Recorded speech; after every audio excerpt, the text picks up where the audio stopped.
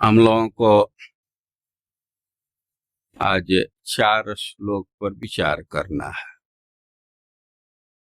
श्लोक है श्रीमद् भागवतम के 11 स्कंध के 27वें अध्याय का 25 से 28 तक हम लोग उच्चारण करेंगे। श्लोक का शब्दार्थ सुनेंगे, अनुवाद पढ़ेंगे, तात्पर्य पढ़ेंगे।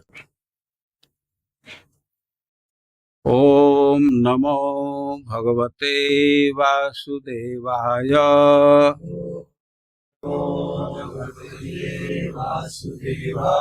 ओम नमो भगवते वासुदेवाय।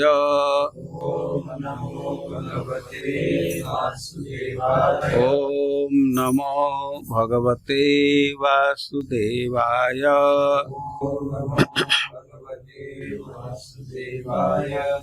पाद्य उपस्पर्श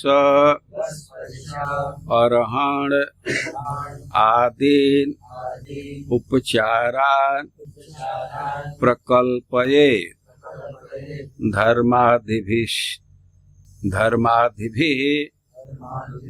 च नवभिः कल्पयित्वा आसनं मम पद्मम् अष्टदलम् तत्र कर्णिका केसर उज्ज्वलम् उभाभ्यां वेदतंत्राभ्यां मह्यं तु उभय सिद्धये।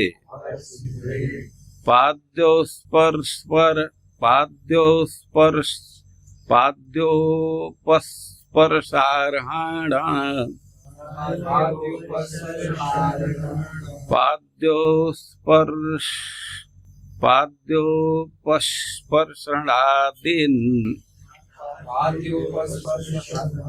उपचारान् प्रकल्पयेत्। पाद्योस्पर्शार्हणादीन् उपचारान् प्रकल्पयेत्। धर्मादिभिश्च नवभिः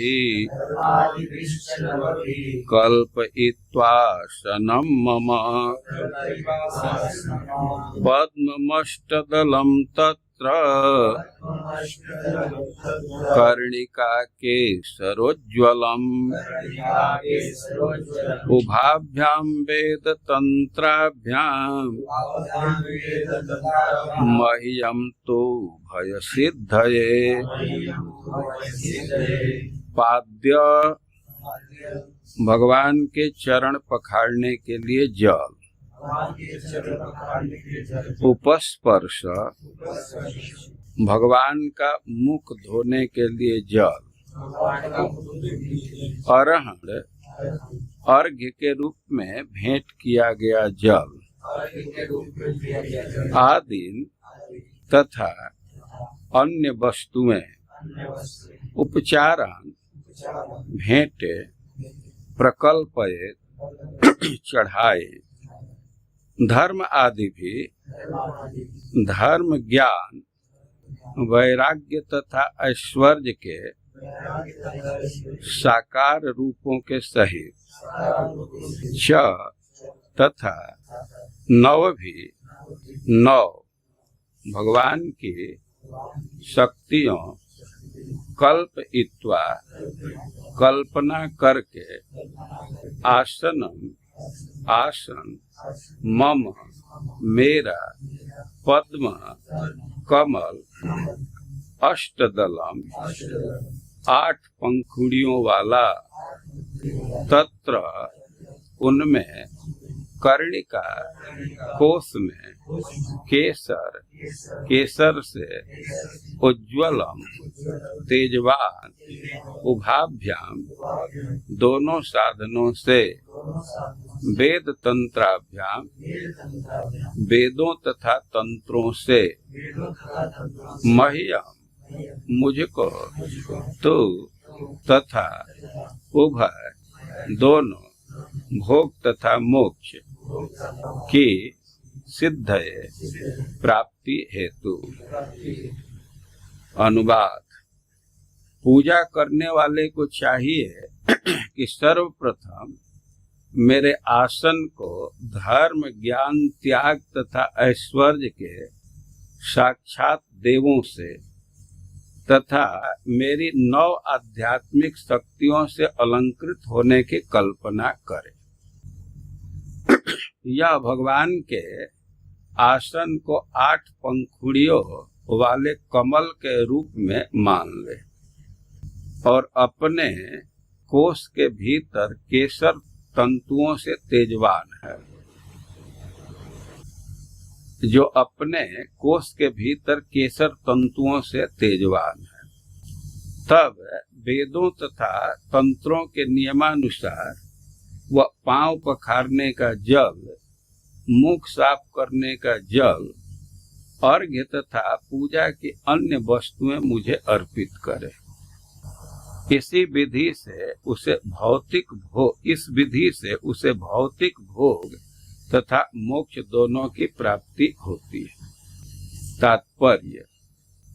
श्रीधर स्वामी के अनुसार धर्म, ज्ञान, वैराग्य तथा ऐश्वर्य ये भगवान के आसन के 4 पाए हैं और दक्षिण पूर्व से आरंभ करते हुए 4 कोनों में स्थित है। अधर्म, अज्ञान, अनुरक्ति तथा कंजूसी ये 4 बीच के पांव हैं, जो पूर्व की दिशा से आरंभ होते हुए स्थित है। भगवान की 9 शक्तियों के नाम हैं विमला, उत्कर्षिणी, ज्ञाना, क्रिया, योगा, प्रहवी, सत्या, ईशाना तथा अनुग्रह। जगत गुरु श्रील प्रभुपाद की।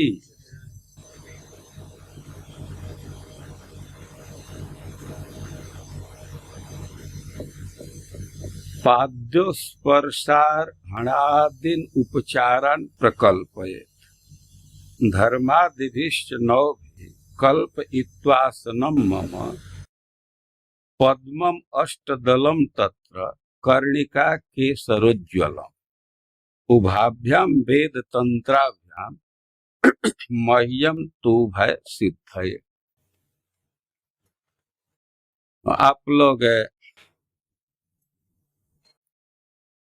इन श्लोकों के पीछे के श्लोकों की व्याख्या सुन चुके हैं। एक क्रिया योग का वर्णन भगवान कर रहे हैं। उद्धव जी इस अध्याय के प्रारंभ में अपनी इच्छा प्रकट किए, अपनी स्पृहा प्रकट किए हैं इस विषय का श्रवण करने के लिए।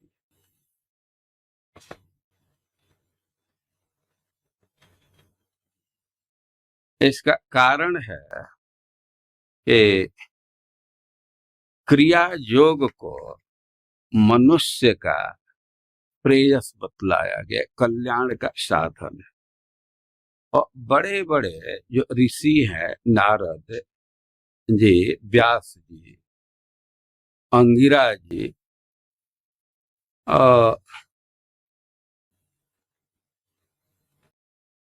ये लोग क्रिया योग की महिमा को बोलते रहते हैं। क्रिया योग के विषय में कह रहे हैं कि प्रेयसाम उत्तमम मन स्त्री शूद्राणाम च मानत। क्रिया योग का अर्थ है भगवान का अर्चन। भगवान के अर्चन को ही क्रिया योग कहा जाता है। तो किसी भी वर्ण का है, किसी भी आश्रम का है, ये सबके लिए कल्याणकारी है। कोई कृत्य है कि उसमें स्त्री का अधिकार नहीं है, शूद्र का अधिकार नहीं है। लेकिन यहाँ उद्धव जी कह रहे हैं कि श्रेयसाम उत्तमम मन्ये स्त्री शूद्राणाम च मानतः। यह स्त्री और शूद्र के लिए भी उत्तम श्रेयस है, बहुत ही उच्च कोटि का साधन है कल्याण साधने के लिए। भगवान की अर्चना की महिमा और अर्चना के विषय में भगवान बतलाए हैं, बहुत बहुत बातें बतलाए हैं। अर्चन कई एक प्रकार के स्थान में किया जाता है। भगवान की अर्चना करनी है, भगवान की पूजा करनी है, लेकिन वो वेदी पर भी किया जा सकता है, पानी में भी किया जा सकता है, आग में किया जा सकता है, अपने हृदय में किया जा सकता है, या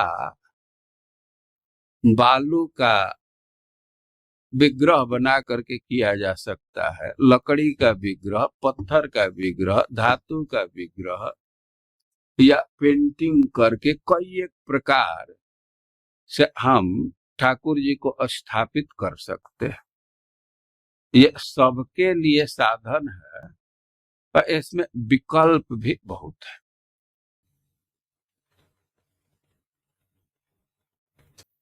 कभी कभी लोग प्रश्न करते हैं कि शालिग्राम जी का पूजा करना चाहिए कि नहीं। वे कह रहे हैं जो शिला में भी भगवान की पूजा की जाती है। शालिग्राम जी साक्षात भगवान विष्णु के स्वरूप है, लेकिन आप पूजा की विधि पढ़ेंगे और दीक्षा लेना होता है, शुद्ध हो करके ही पूजा किया जाता है। सिद्धांत तो है कि देवो भूत्वा देवम यजेत, देवता बन करके ही देवता की पूजा करनी चाहिए। तो यह सिद्धांत इतना तक ही नहीं रुक जाता है, यहाँ तो कहा गया है कि अपने में भगवत भावना करके भगवान की पूजा करनी चाहिए। तयात्म भूतया पिंडे व्याप्ते संपूज्य तन्मय आवाह्य अर्चादिषु स्थाप्य न्यस्तांग माम प्रपूजयेत।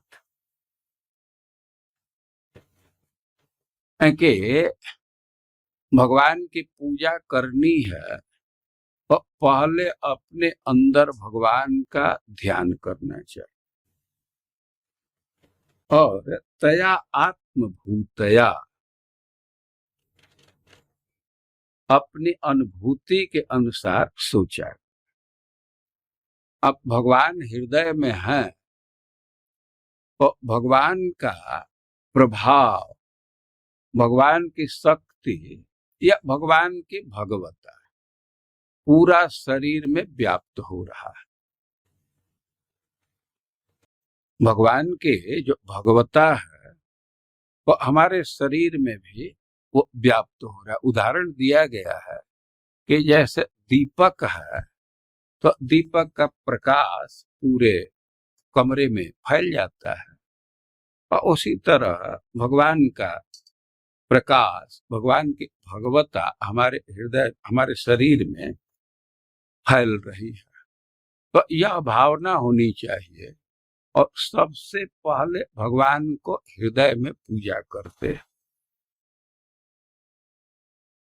हृदय में पूजा करते हैं, लेकिन केवल हृदय में पूजा करके ही विराम नहीं लेते।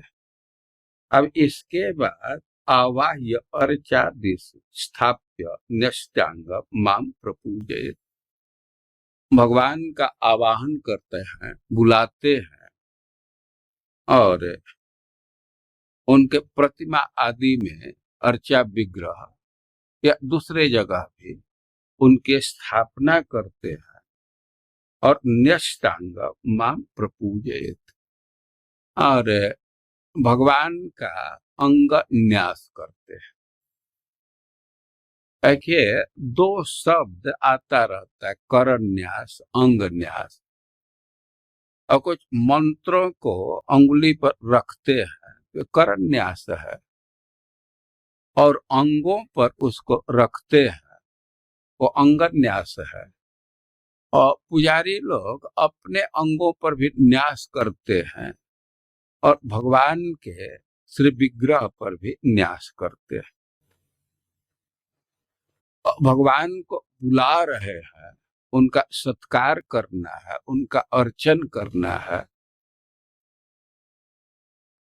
और सबसे प्रथम कृत्य है भगवान को आसन देना। आप अर्चन विधि में पढ़ेंगे तो अभिगम, भगवान का स्वागत करना, उनको बुलाना, वेलकम करना, ये प्रथम कार्य है। और भगवान को बुला रहे हैं, और बुलाए उनको आसन देना होगा ना। सबसे पहले उनको आसन देना होता है। तो कह रहे हैं भगवान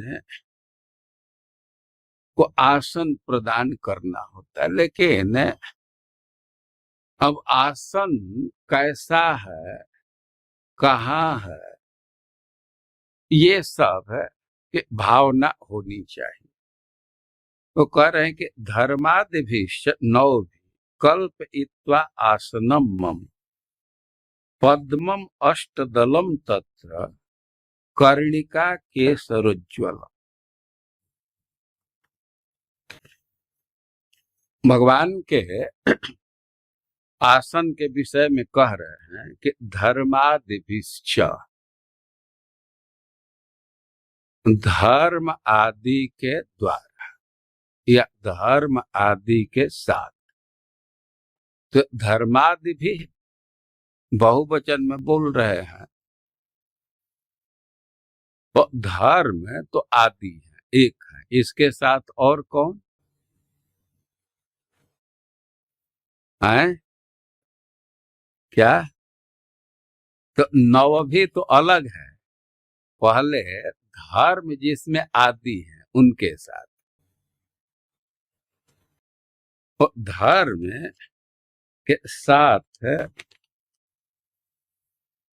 ज्ञान,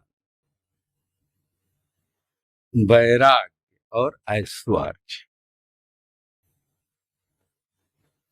भगवान के लिए जो आसन देना है तो उसमें देखना चाहिए, भावना करनी चाहिए कि भगवान के आसन में धर्म इत्यादि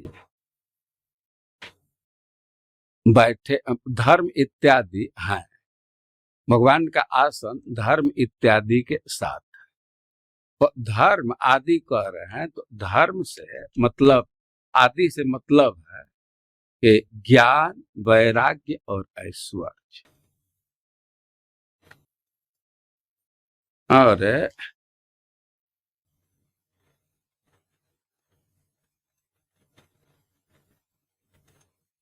नौ भी, भगवान के 9 शक्तियां हैं।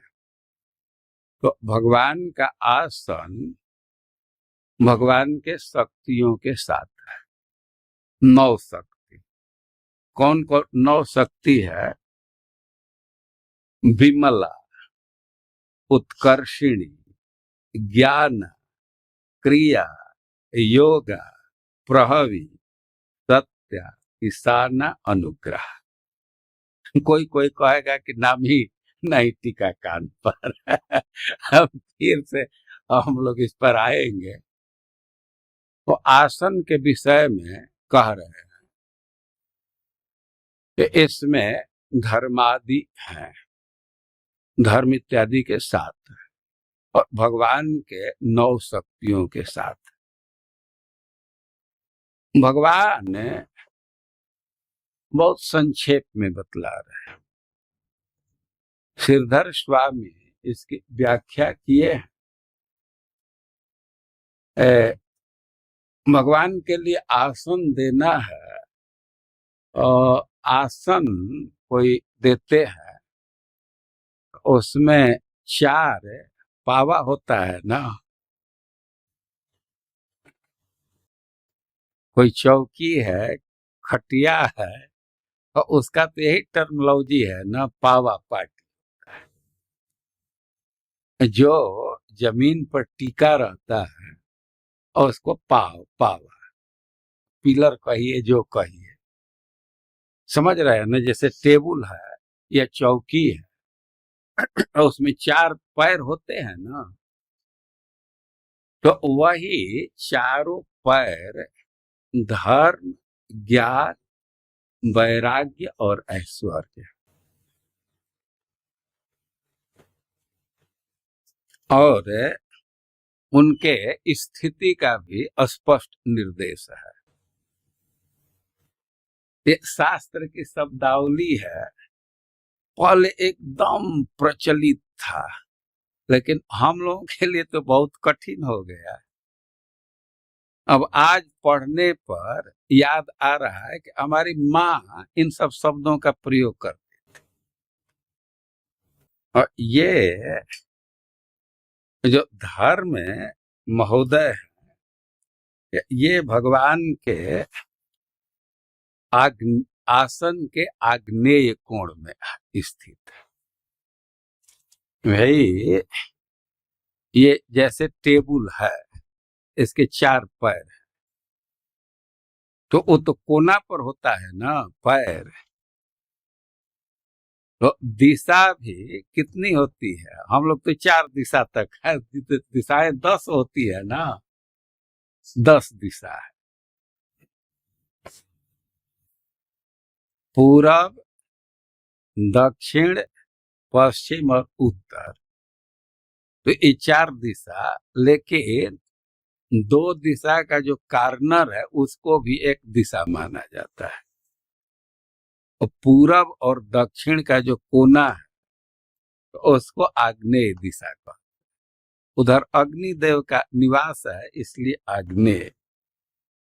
और दक्षिण और पश्चिम का जो कोना है, तो उसको नैऋत्य, निवृत्त मृत्यु, जम लोक उधर है, इसलिए उसको नैऋत्य कोण कहते हैं। और दक्षिण और पश्चिम का जो कोना है उसको वायव्य कहते हैं, वायु देवता से संबंधित है। और उत्तर, और ये मैं गलत तो नहीं बोल दिया ना? हाँ, ये पश्चिम और उत्तर का जो कोण है वो वायव्य है, और उत्तर और पूरब का जो कोण है उसको ईशान कोण कहते हैं। इंद्र कंट्रोलर है। तो ये जो धर्म, ज्ञान, वैराग्य और ऐश्वर्य के 4 कोने में है। और अंग्रेजी में बड़ा अच्छा इसके लिए शब्द है, साउथ हेड। उससे क्लियर हो जा रहा है। में साउथ का जो हेड है मतलब पूरब दिशा में हेड है और पश्चिम दिशा में लेग होगा। बड़ा अच्छा शब्द दिए, साउथ हेड। मतलब दक्षिण का जहाँ अंत हो रहा है, जिधर से पूरब शुरू होने लगेगा, तो उधर धर्म, और दक्षिण और पश्चिम का जहाँ कोना है, तो उसमें ज्ञान, और पश्चिम और उत्तर का जो कोण है उसमें वैराग्य, और उत्तर और पूरब का जो कोण है उसमें ऐश्वर्य, और आग्नेय कोण में धर्म, नैऋत्य कोण में ज्ञान, वायव्य कोण में वैराग्य, और ईशान कोण में ऐश्वर्य। और यह तो 4 पैर हुआ आसन का। लेकिन आप लोग देखे होंगे कि बीच बीच में भी कुछ सपोर्ट दिया जाता है। ये पावा है और उसमें बीच में सपोर्ट दे देते हैं। खास करके इस समय जो फोल्डिंग आसन रखते हैं और बीच में भी सपोर्ट कमजोर न पड़े। और श्रीधर स्वामी इसको स्पष्ट किए हैं, जैसा कि परपर्ट में भी आया है ना, अधर्म, अज्ञान, अनुरक्ति और कंजूसी, ये 4 बीच के पांव हैं जो पूर्व की दिशा से प्रारंभ होते हुए स्थित। भाई दक्षिण और उत्तर का कोना है, बीच के हिस्सा को पूरब दिशा कहेंगे। तो पूरब दिशा के बीच में भी एक सपोर्ट है, तो वहां कौन है? अधर, वो कंधा लगाए। और दक्षिण दिशा में अज्ञान और पश्चिम दिशा में अवैराग्य और उत्तर दिशा में अऐश्वर्य। समझ गए? भगवान के लिए जो आसन प्रदान करना है वो कैसे कंस्ट्रक्टेड है, क्या उसका कंस्ट्रक्शन है, तो इसको भी ध्यान करना होता है। समझ गए कंस्ट्रक्शन? ये वो पावा पार्टी का वर्णन। लेकिन जो चौकी है वो खाली नहीं होता है ना, उसमें क्या भरा जाता है? पटरी होता है, पटरा होता है ना। तो ये जो सत्व, रज और तम ये गुण है, यही उस आसन के पटरी है। समझ रहे हैं भाई? ये तो पाव खड़ा कर दिए और बीच में पार्टी भी सपोर्ट दे रहे हैं, धर्म इत्यादि, लेकिन ये सब किया जाता है तख्ता के लिए ना। और कहीं कहीं तो जैसे ये टेबल है तो ये तो एक ही तख्ता है। हम लोग गांव में देखते हैं चौकी तो कई एक पटरा जोड़ करके बनाते हैं ना, तो 3 पटरा, सत्व, रज और तम, ये 3 पटरा है। तो अब तो एक आसन तैयार हो गया ना, और इस पर भगवान के 9 शक्तियां बैठी हुई है। वो आसन भगवान के 9 शक्ति से युक्त है। तो जैसे अभी 4 4 8 लोगों का वर्णन सुन चुके हैं ना, तो वही सिद्धांत भगवान के शक्तियों के विषय में लगेगा। 4 कोने पर भगवान की शक्ति है और 4 दिशा के मध्य में। समझ रहे हैं इस बात को? लेकिन कितनी शक्तियां हुई? 8। लेकिन भगवान के कितनी शक्तियों का यहाँ वर्णन है? 9। ये बार बार आता रहता है, भगवान 9 शक्ति के साथ है और एक शक्ति बीच में, सेंटर में। तो अब 9 का आसन हो गया। तो जो भगवान का आसन है और धर्म, ज्ञान, वैराग्य, ऐश्वर्य, यही इसको सपोर्ट है। ये इसके पांव है, पिलर जैसा, या जो दूसरा चीज कहते हो इसमें, फुट, फिट जो कहते हो, यह 4 है। और अधर्म आदि का भी उसमें योगदान है। और उस आसन में, वह आसन भगवान के 9 शक्तियों से युक्त है। और 9 शक्तियों का नाम फिर से एक बार सुनिए, विमला। और थोड़ा परिचय भी जान लेना चाहिए। ये विमला शक्ति को कीर्ति आख्य, जस को ही विमल जस ऐसे सुनते हैं ना। और विमला शक्ति कोई भगवान का जस को ही विमला शक्ति कहा जाता है। कीर्ति आख्य इसको लिखा गया, कीर्त्याख्य, कीर्ति जस। और उत्कर्षणी इसका दूसरा नाम जया है, इसी को विजया भी कह सकते हैं। और ज्ञान, ज्ञान शक्ति इसको संवित कहते हैं, यह है। और क्रिया, ये विशुद्ध सत्व इसको कहते हैं। और इसका एक नाम ह्लादनी भी है, ह्लादनी शक्ति सुनते रहते हैं। और इसी का एक नाम क्रिया है। और योगा, योग माया का भी नाम सुनते हैं। तो योग माया के लिए योगा शब्द का प्रयोग किया गया। और एक शक्ति का नाम है प्रहवी। प्रहवी शक्ति से भगवान में विचित्र और अनंत सामर्थ्य है। भगवान का सामर्थ्य, क्षमता तो अनंत है, विचित्र है। और ये सब प्रहवी शक्ति के कारण है। और सत्या, सत्या का एक नाम संधिनी है। संधिनी जिस पर संसार टिका हुआ है, सत्ता के अर्थ में होता है। और एक शक्ति का नाम है ईशान। तो सर्वाधिकारिता शक्ति हेतु भगवान पर, भगवान का सब पर अधिकार है। यह ईशाना शक्ति के कारण है। भगवान की 9 शक्तियां, एक लास्ट में अनुग्रह या अनुग्रह शक्ति। तो अब तो कुछ कुछ है, परिचय समझ में आ रहा है ना। जस, इसको विमला शक्ति कहते हैं। उत्कर्षणी, वैकुंठ विजय, सब जगह तो भगवान का जय है ना, उत्कर्ष है। उत्कर्षणी शक्ति के कारण है।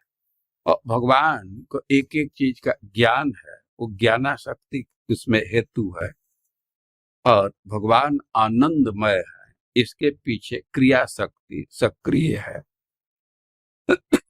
और भगवान एक एक से घटना को घटित करा देते हैं। भगवान तो बलराम जी को देवकी के गर्भ से रोहिणी के गर्भ में पहुंचा दिया। और किस शक्ति के प्रयोग करके? योग माया का। और इसी को योगा कहते हैं, योग माया को ही योगा कहते हैं। और भगवान का जो अनंत सामर्थ्य है, विचित्र सामर्थ्य है, और उसके पीछे सक्रिय है प्रहवी शक्ति। और संधिनी जो आधार शक्ति है, और उसको सत्या कहते हैं। सत्य चित्त आनंद, जो सत्य प्रयोग करते हैं वो वही सत्या शक्ति है। और सब पर भगवान का कंट्रोल है, इसके पीछे कारण है ईशाना शक्ति।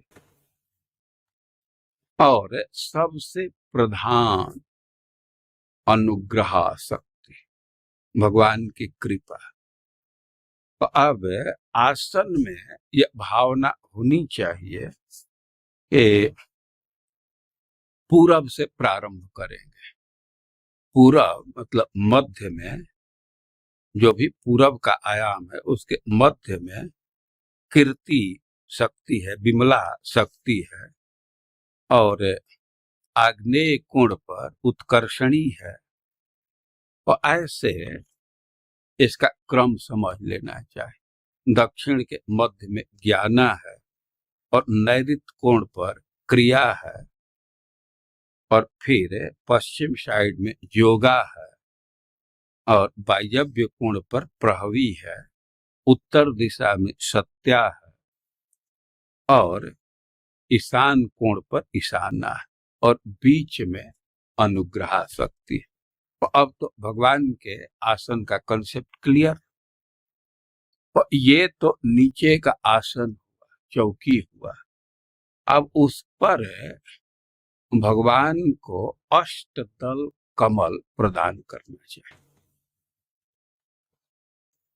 भगवान को आसन दे रहे हैं तो एक तो जैसे लकड़ी का आसन हो गया है, अब उसके ऊपर अष्टदल कमल को रखते हैं।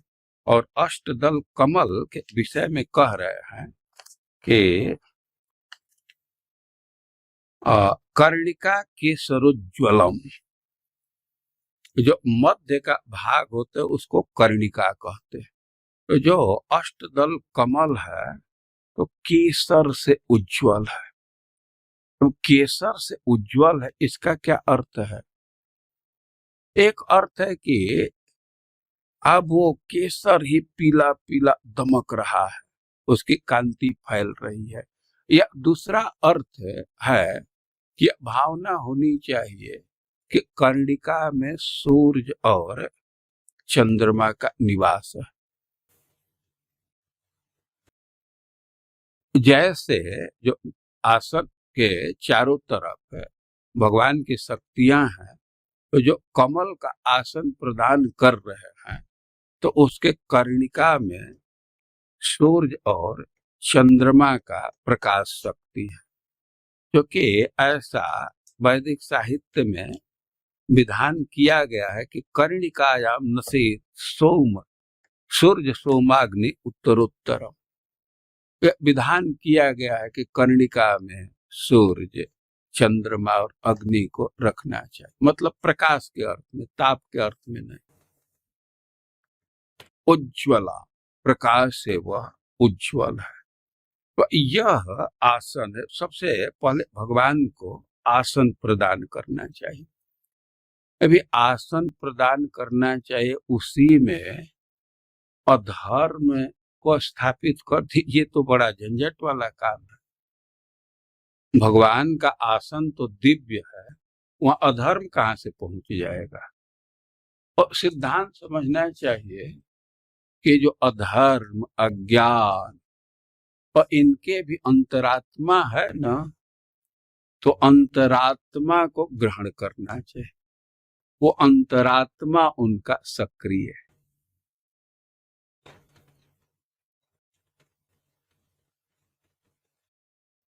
कोई भी व्यक्ति है और उसमें परमात्मा का निवास है ना, उसमें अंतरात्मा है ना, आत्मा है ना। तो आत्मा तो प्राकृत नहीं है ना, किसी प्राणी का हो। उनके आत्मा को, अंतरात्मा को ग्रहण करना चाहिए, शरीर को नहीं।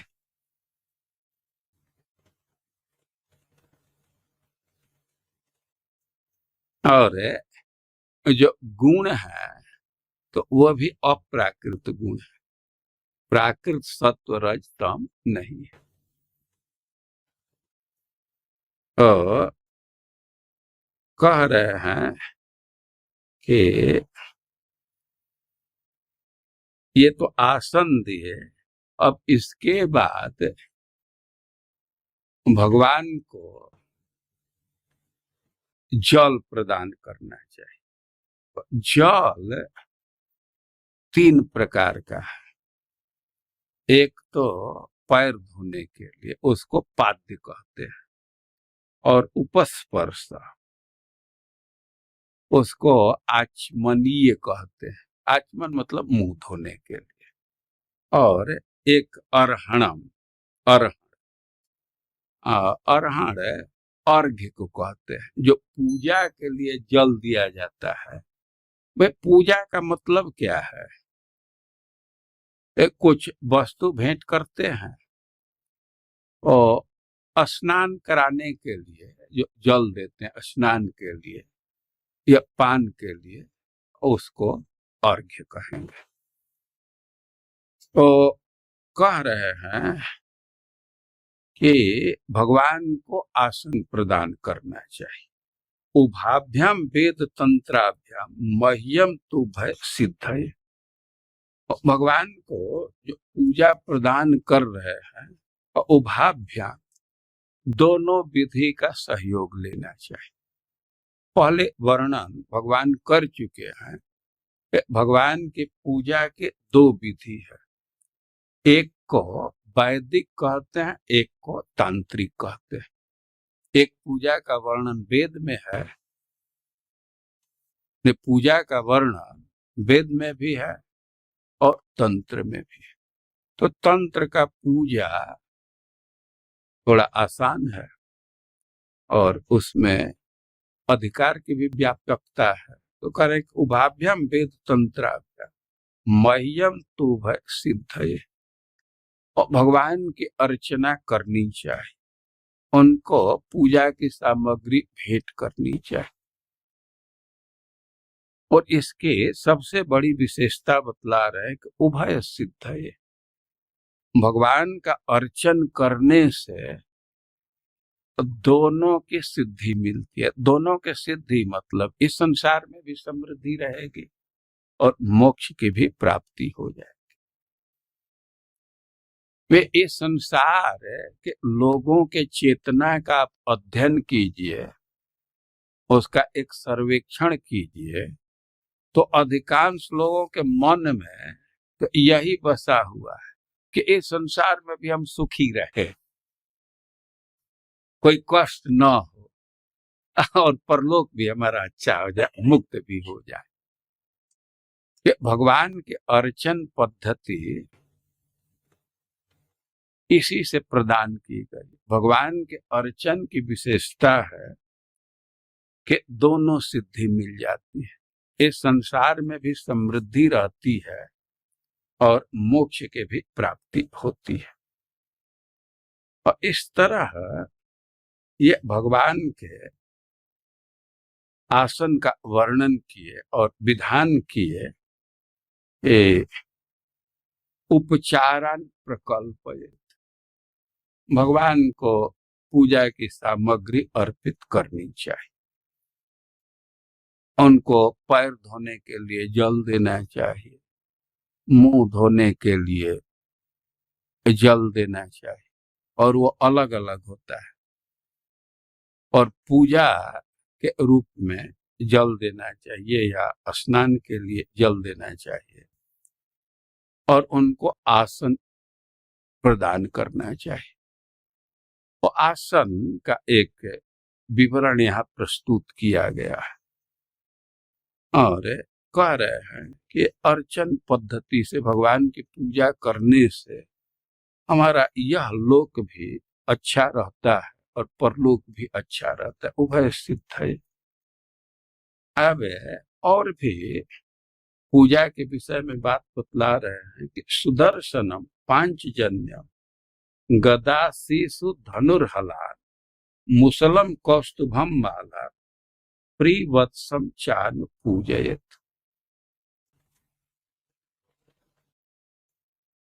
भगवान की पूजा करनी है तो भगवान के जो आयुध हैं, आभूषण हैं, गण हैं, तो उनके भी पूजा करनी होती है।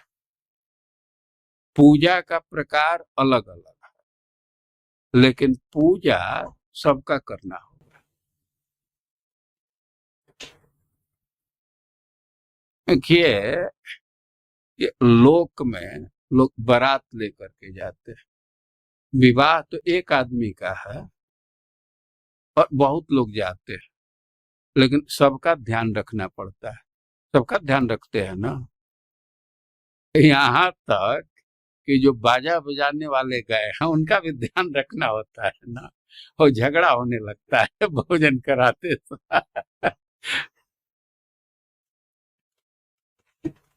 उसको इग्नोर किए तो अच्छा सत्कार नहीं माना जाएगा ना।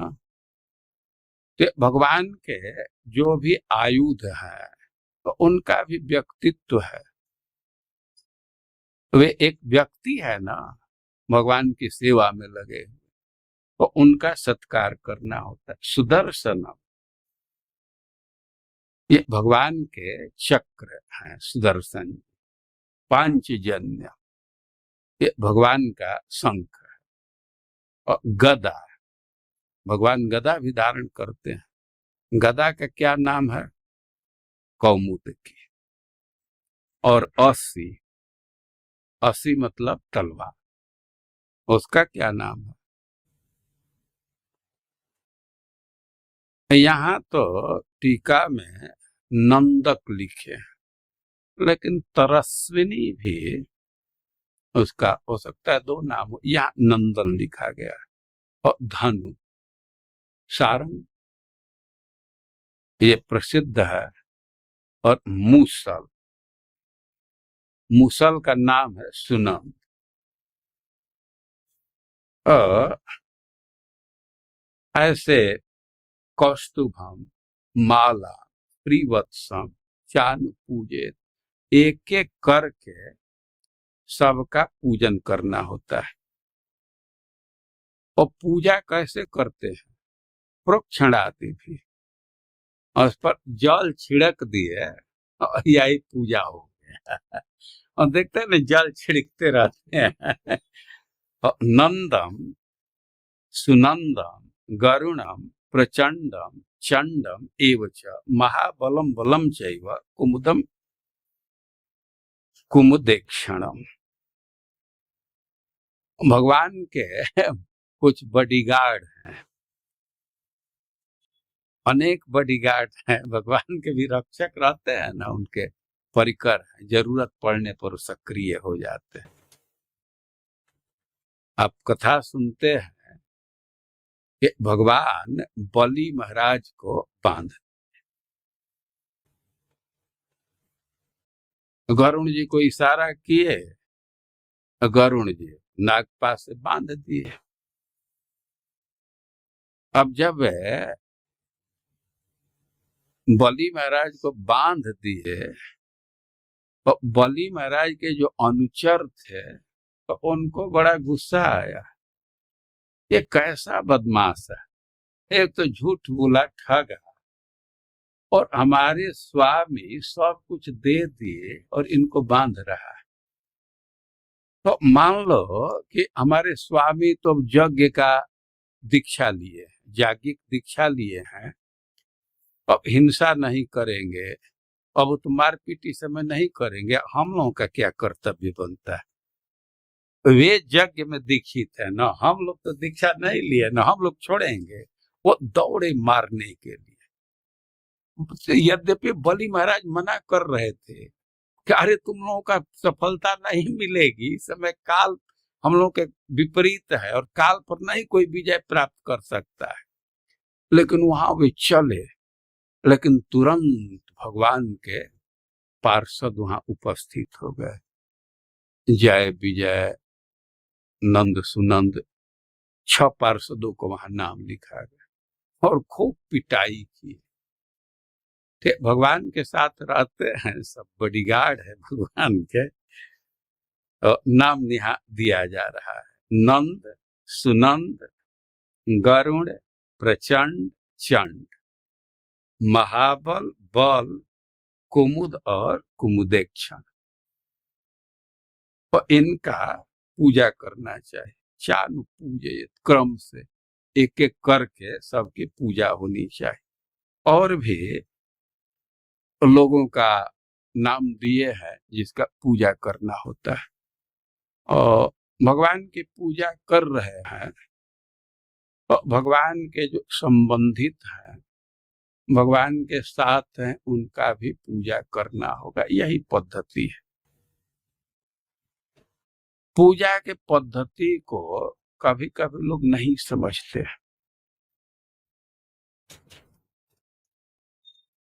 किसी के यहाँ जाइए और सन्यासी के लिए तो क्या क्या बना बना करके देने लगते हैं और एकदम भूल जाते हैं कि उसके साथ ब्रह्मचारी भी है। यह ठीक नहीं है। ब्रह्मचारियों का भी ध्यान रखना होता है। जो आपका प्रिय व्यक्ति है और उसका सम्मान न कीजिए और केवल आपका ही कोई सम्मान कर रहा है, आपको अच्छा लगेगा? अच्छा नहीं लगेगा ना। वे ग्रुप में है और लीडर का महत्व है, लेकिन अब केवल उसी का सम्मान किया जाए, दूसरे को न किया जाए तो उसको अच्छा नहीं लगेगा ना।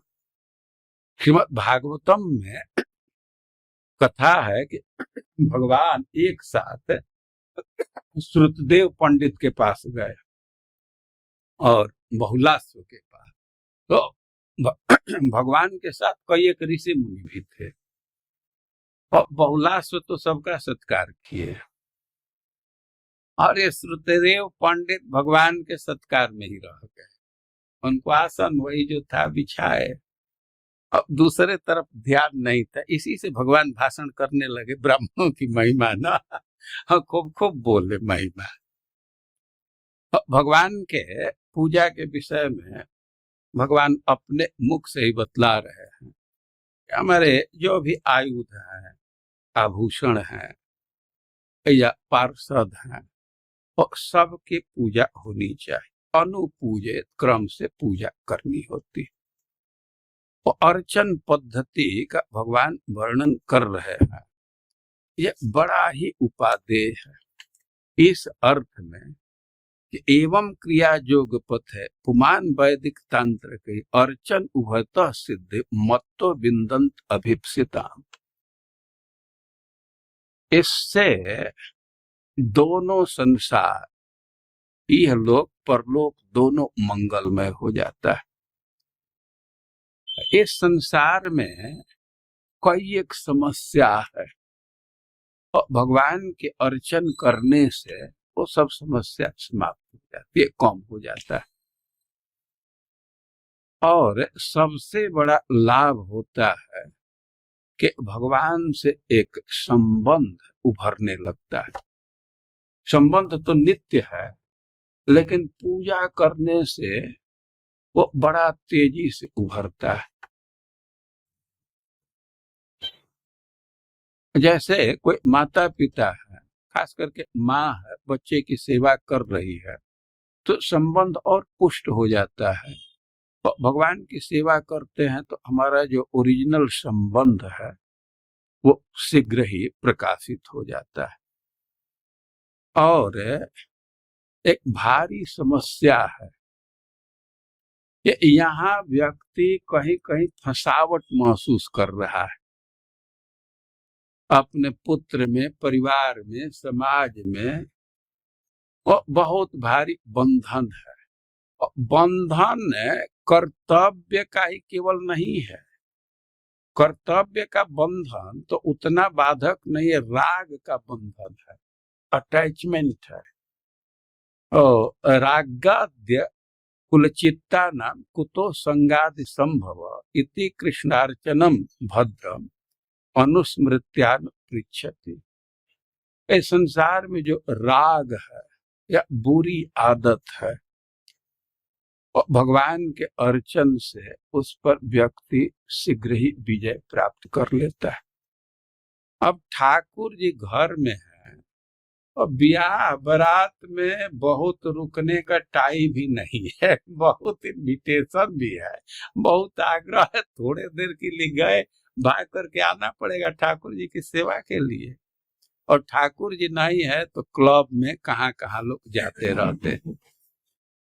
तो ये सब दुर्गुण को समाप्त करना है, और उसके लिए भी भगवान के अर्चन बहुत महत्वपूर्ण है। और सबसे भाई सर्व कामाप्ति हेतुश्च यह सद्य चित्त प्रसादक सर्व कामाप्ति हेतुश्च। भगवान की पूजा करने से मन प्रसन्न हो जाता है और सारी मनोरथ पूर्ण हो जाती है। उभय सिद्ध है, इस संसार में भी हम सुखी रहेंगे और परलोक भी हमारा अच्छा रहेगा। जो व्यक्ति भगवान की पूजा करता है तो भगवान से उसका एक संबंध जुट जाता है, और एक पक्षीय संबंध नहीं है, भगवान का भी उस व्यक्ति से संबंध जुट जाता है। और ऐसा देखा जाता है कि जिस परिवार में भगवान की पूजा हो रही है और भगवान भी उस परिवार का मानने लगते हैं और परिवार के सुख दुख से वे भी प्रभावित होने लगते हैं। ऐसा देखा गया है कि कोई बुरा समय आने वाला है तो हमसे पहले भगवान उसको भांप जाते हैं, उदास हो जाते हैं। कोई अच्छा भविष्य है तो भगवान प्रसन्न रहते हैं। भी स्पष्ट, हम लोगों का तो स्पष्ट इस विषय में अनुभव। तो अर्चन पद्धति, अर्चन, भगवान के अर्चन, ये बहुत उपादेय है। उद्धव जी इस विषय में प्रश्न किए हैं और भगवान इसका वर्णन कर रहे हैं। तो हम लोग तो यहाँ भगवान के आसन और जल से सत्कार के विषय में और भगवान के जो आयुध, आभूषण, परिकर है और उनके सत्कार की बात को सुने। इस विषय पर और भी आगे चर्चा चलती रहेगी, आप लोग सुनते रहेंगे। हरे कृष्ण। हम भावना को रोकना नहीं है ना, उसी भावना पर तो पहुंचना है। ये जो यहाँ वर्णन किया जा रहा है, यह भगवान को एक महाराजा के रूप में, महाराजोपचार से पूजन की विधि है ना, और दूसरी विधि भी है, उसमें भगवान आत्मीय है, बिल्कुल अपने हैं, तो वहां संकोच नहीं है। लेकिन एक चीज का ध्यान रखना होता है,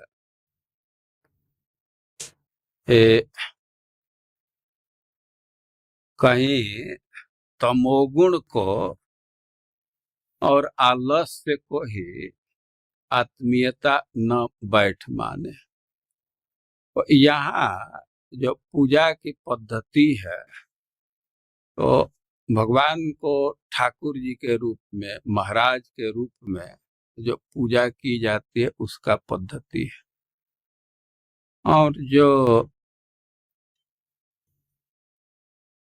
राग से भगवान की पूजा करते हैं, अब उसकी बात तो अलग है। सनातन गोस्वामी नमक मांगने पर भी कुछ विशेष ध्यान नहीं दिए। अलग अलग संबंध है, भगवान से बहुत आत्मीय संबंध विकसित हो गया है, तो वहाँ की पूजा पद्धति अलग है। ब्रज में तो उनके जो सखा है, तो भगवान के कंधे पर चढ़ करके उनकी पूजा करते हैं। ब्रज की गोपियां हैं तो गाली दे करके उनको संतुष्ट करती है। तो भाव पर निर्भर करता है।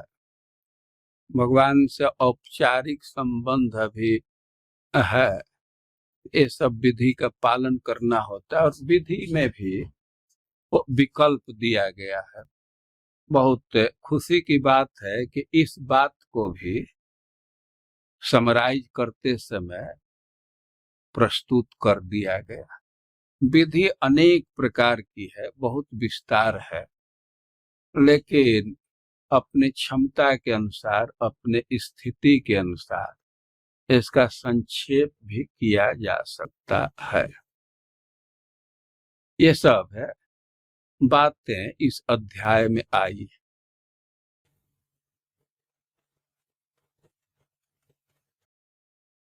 सबसे सबसे महत्वपूर्ण बात है कि नानोपचार कृत पूजन मार्त बंध प्रेमणैव भक्त हृदय सुख विद्रुतम स्यात्। ये सब बातें इस अध्याय में भगवान कह रहे हैं कि हम बहुत बहुत सामग्री से बहुत संतुष्ट नहीं हो जाते। मुख्य चीज है श्रद्धा, संबंध। इसी को चैतन्य चरितामृत में प्रस्तुत किया गया है। राय रामानंद जी और चैतन्य महाप्रभु के वार्तालाप में शायद है। नानोपचार कृत पूजन मार्त बंधो प्रेमणैव भक्त हृदय सुख विद्रुतम स्यात् यावत् क्षुदस्ति जठरे जरठा पिपासा तावत् सुखाय भवत ननुभक्ष पेय। बहुत बहुत उपचार मतलब सामग्री, उपचार मतलब सामग्री, सीधा सा समझना चाहिए। ये उपचार ट्रीटमेंट का अर्थ में इतना प्रचलित हो गया है कभी कभी कंफ्यूजन का भय लगता है। उपचार मतलब सामग्री। नानोपचार कृत पूजन मार्त बंधो प्रेमणैव भक्त हृदय सुख विद्रुतम स्यात्। भगवान कह रहे हैं कि नाना प्रकार के सामग्री से पूजा करते हैं, लेकिन जो उसमें प्रेम अंश है तो उसी से हमारा हृदय पिघलता है। प्रेम के साथ पत्रम पुष्पम फलम तोयम, पत्ता पानी इसको भी कोई अर्पित कर रहा है तो भगवान उसको ग्रहण कर लेते हैं। ऐसा भ्रम नहीं करना चाहिए कि भगवान कह रहे हैं कि पत्ता फल पानी प्रेम से कोई देता है तो उसको मैं ग्रहण करता है, और आभूषण सोना देगा प्रेम से तो उसको नहीं ग्रहण करेंगे।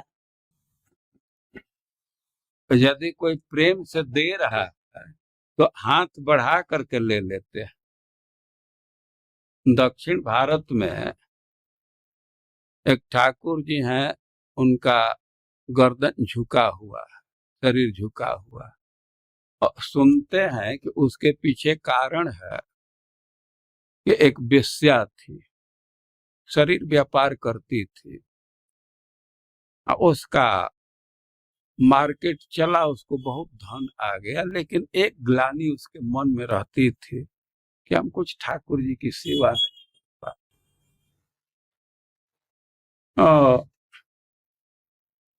हम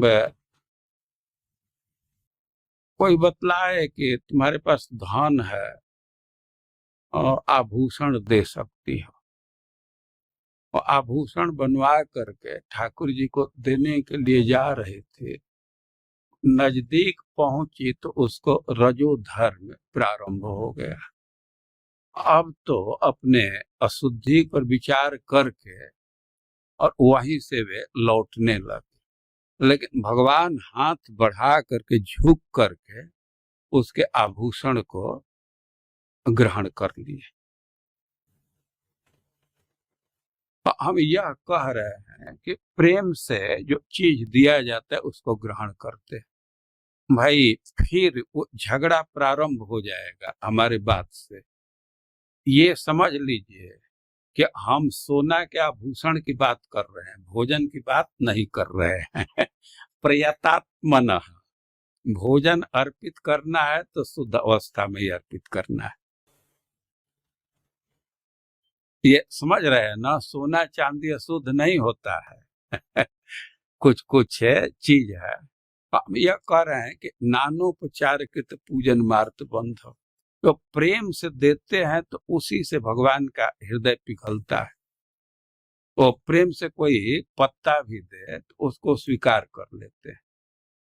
यह नहीं कि पत्ता देता है उसको स्वीकार, पत्ता भी दे तो उसको स्वीकार कर लेते हैं।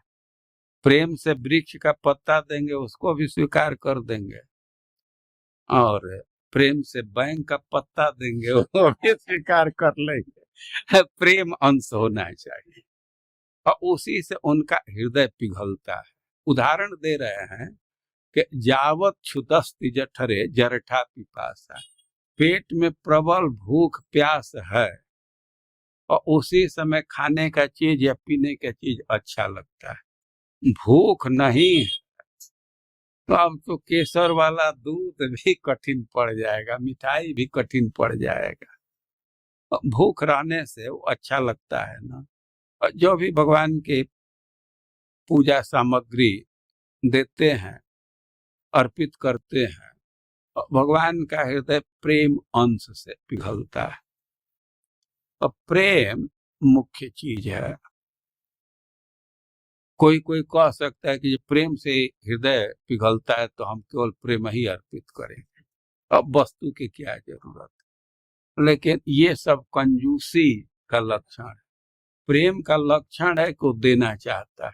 जिसके हृदय में प्रेम रहेगा और अपनी क्षमता के अनुसार वो देगा ही, ऐसा नहीं कि आवश्यकता से देगा। हम बाजार में जाते हैं, माता पिता और बच्चे से स्नेह है, प्रेम है, तो उसके लिए भी कुछ खरीद करके लाते हैं। और प्रेम रहने से तो आदमी अपने मैक्सिमम क्षमता पर जा करके भगवान को भेंट करता है, अर्पित करता है। लेकिन प्रेम अंश ही मुख्य चीज है, उसी से भगवान का हृदय पिघलता है। भगवान को वस्तु की कमी नहीं है, केवल वस्तु से नहीं पिघलेंगे। भाई ध्यान रखिएगा, हम ये नहीं कह रहे हैं कि वस्तु से नहीं पिघलेंगे, केवल वस्तु से नहीं पिघलेंगे, प्रेम चाहिए उसके। प्रेम मुख्य चीज है, प्रेम से जो भी अर्पित करेंगे तो उसको स्वीकार करेंगे। पूजा की एक पद्धति है जिसका भगवान से संबंध विकसित है, तो भगवान से बात करते हैं, विनोद करते हैं। ब्रज में लाड़ लड़ाते हैं, ये शब्द का प्रयोग करते हैं, उनकी बात दूसरी है।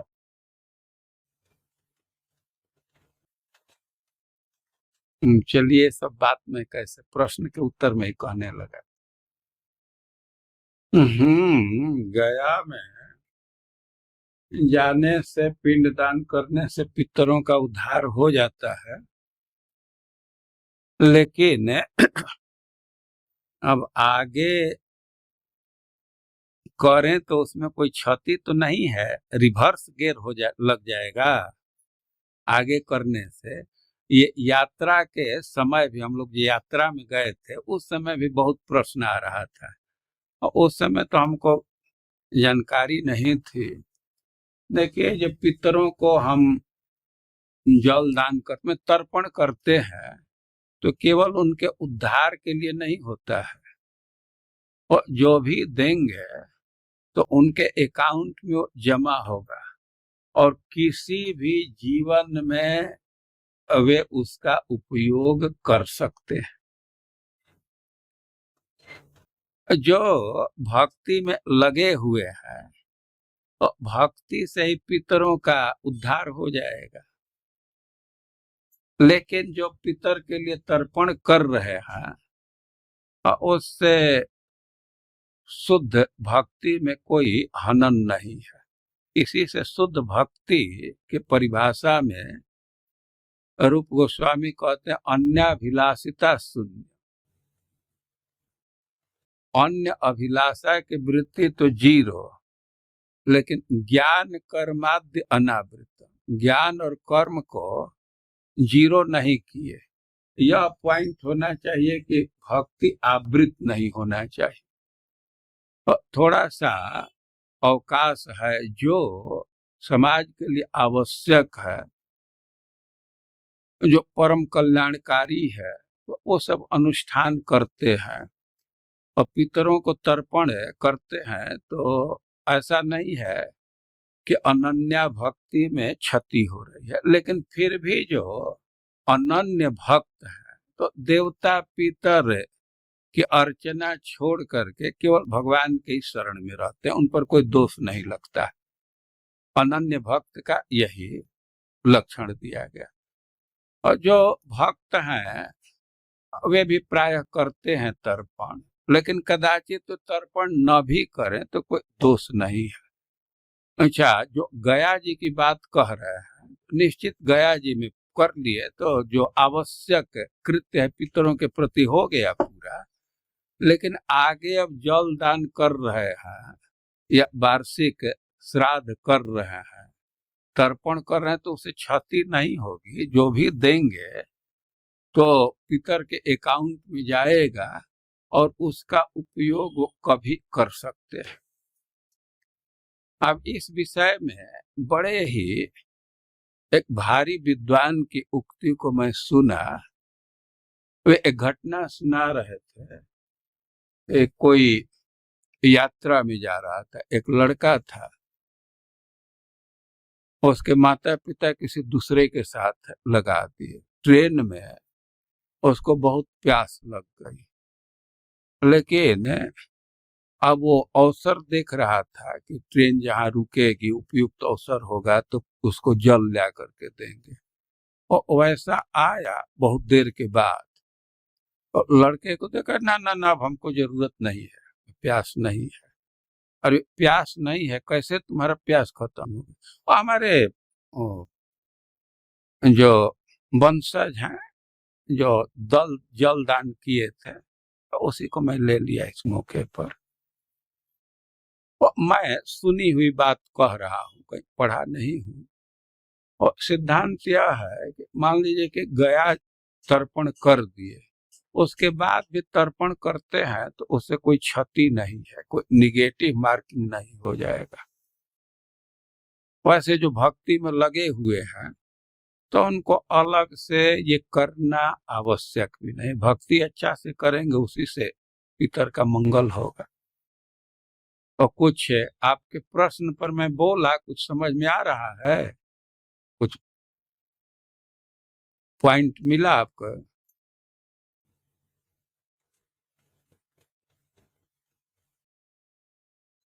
हाँ, कोई कोई क्षति नहीं।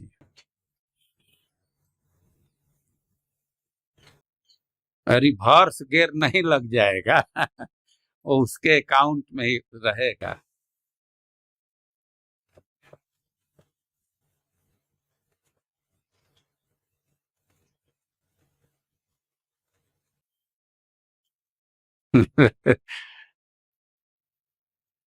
और लोगों को रोक दीजिए और दूसरे को मना कर दीजिए।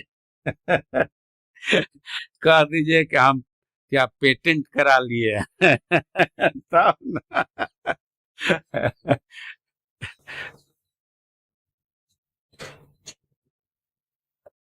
ठीक है।